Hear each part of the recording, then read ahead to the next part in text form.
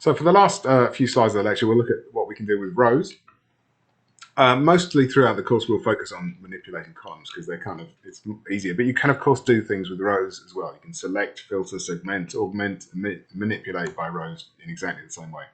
So this first example, we can select the columns as before. Okay, that's these first two lines of code. But then we can set a range of dates. Maybe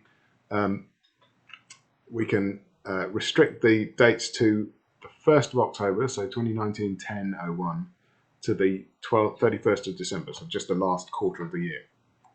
And that will show us the data looking like this because it's just restricted. Obviously, it looks a bit cleaner because there's less data to see. It's just restricted to those 3 months.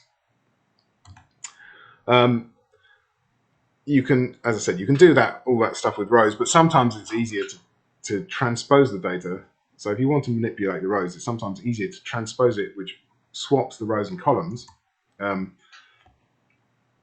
manipulate the columns. Or actually, what happens if you've got a data set where the data set is organized in rows, but we want to deal with columns? Or we can easily deal with that by transposing the data. So what if we had each column representing a date and each row representing a product, rather than the other way around? And we want to deal with the columns. We can just transpose it. So here, what have we done? We've transposed the data, and then if I transpose the data, the first bar plot, you can see I've selected the first half of the year. So the dates are 1st of January to the 1st of July, and then done a bar plot of that. Then I've transposed the data and done a bar plot of that. Okay, so there's the first bar plot. It shows the total sales restricted. Sorry, I got that wrong. Not the 1st of January, the 7th of January. Not the 1st of July, the 7th of January. So it's just the first week of the year. So 1st of January to the 7th of January. And there's the bar plot showing the total sales. But once I transpose that, I now get the sorry, there's the total sales for AF and L. If I transpose that, now the things on the bottom of the chart are the total sales of AF and L on each of those dates. Okay, so you kind of have to know what you're doing to manipulate things in this way, but it is possible to do these kind of manipulations to get more out of the data if you want to. Okay, I think it's time to call a close to that. Let's finish off the data. So first of all, in all of these lectures, what I'm going to do is give some data conclusions and then a summary.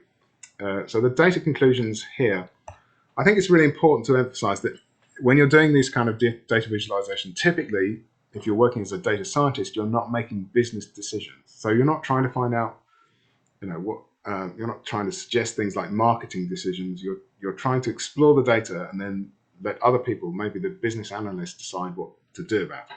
So you're trying to deal with the figures and get some insight out of that.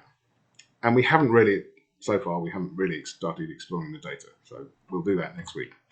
However, what we've done so far, it's easy to identify the best-selling products as AF and L. There they are, and see what they're doing over the year.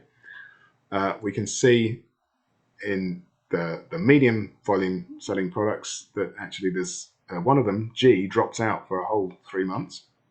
Maybe it wasn't available, maybe it was out of stock or something. So we need to explore a little bit further, and we'll be doing that over the next set of lectures, finding out more and more and more from the data set. Okay, in terms of what we learned in the lecture, we've looked at an introduction to visualization.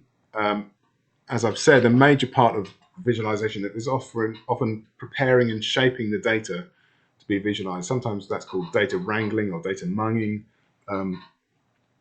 And we will have to do that. We won't have to do any cleaning, but we will have to do those tasks.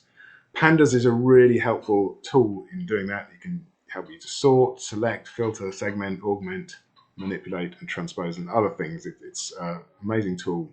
It gives you lots of opportunities to modify the data to get the right visualization out at the end. And often, as you saw, once you've prepared the data, often the visualization is like one line of code, so it's usually quite trivial. Okay, So I hope you found that interesting. We'll move on next week to look at the topic of proportion, comparing different proportions.